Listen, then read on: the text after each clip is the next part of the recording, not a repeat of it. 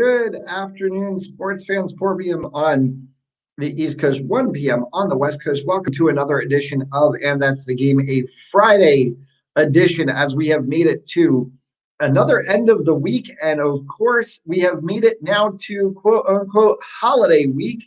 So as we turn the page towards that, hope everyone is safe and well and enjoys their holiday time next week. We will be with you here through the start of the week, Monday, Tuesday, and Wednesday. And then we will put a bow on 2024. And that's the game, of course.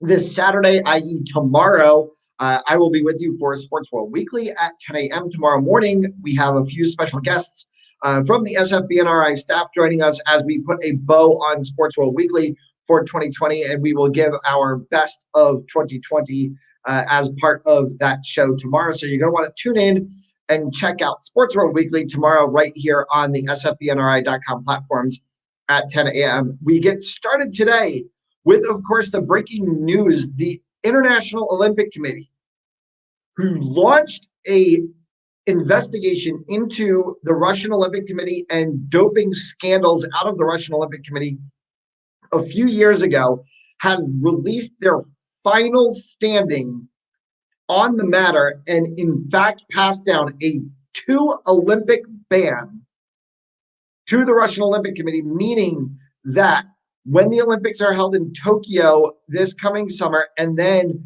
the following Winter Olympic Games that will be in Beijing, the Russian Olympic team will not be able to compete underneath the Russian flag and Russian name.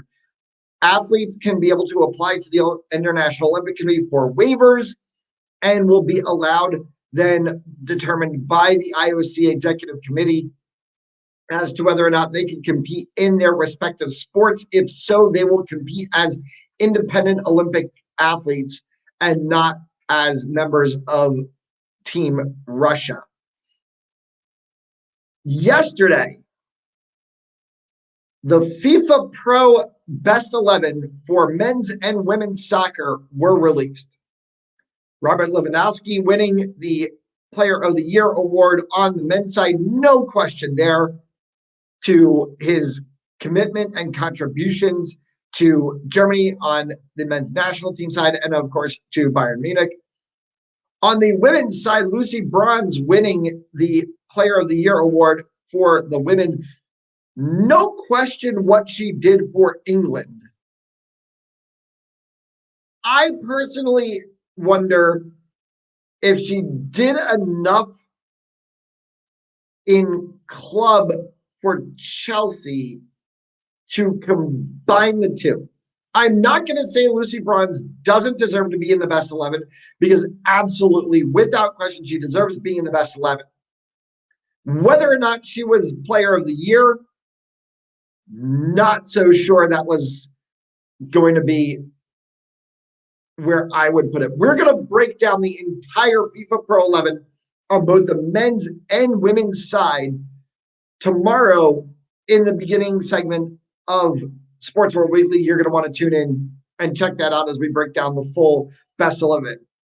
But the bigger point out of the FIFA Pro Best 11 in the world that came out yesterday was once again U.S. women's national team star Megan Rapinoe showing why she's boss. And here's what happened. Megan Rapinoe got named to the FIFA Pro Best 11.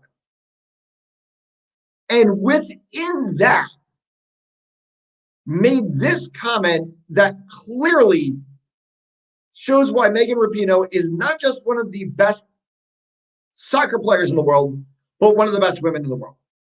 Look at this comment.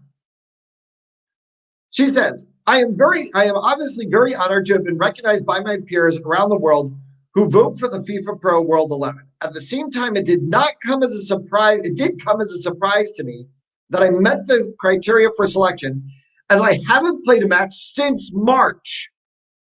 We're talking about sitting in December. She references to that 2021 Here I Come, which is, of course, she wants to see a full season next year, both for her club, OL Reign, and for the U.S. women's national team. This is where Megan Rapinoe continues to go boss. She goes on to say, we have had so many phenomenal players around the world, and all of us need to do what we can to recognize them. The fact that I was selected once again sheds light on the fact that in order to push our game forward, we need continued investment in the women's game to give more female players the opportunity to be seen on TV in their home countries and globally while performing for club and country. Megan Rapinoe continued to show why she is not just one of the best players in the game, but one of the best women, period, full stop. Because she didn't make this about herself. She once again said, how me, when I hardly played?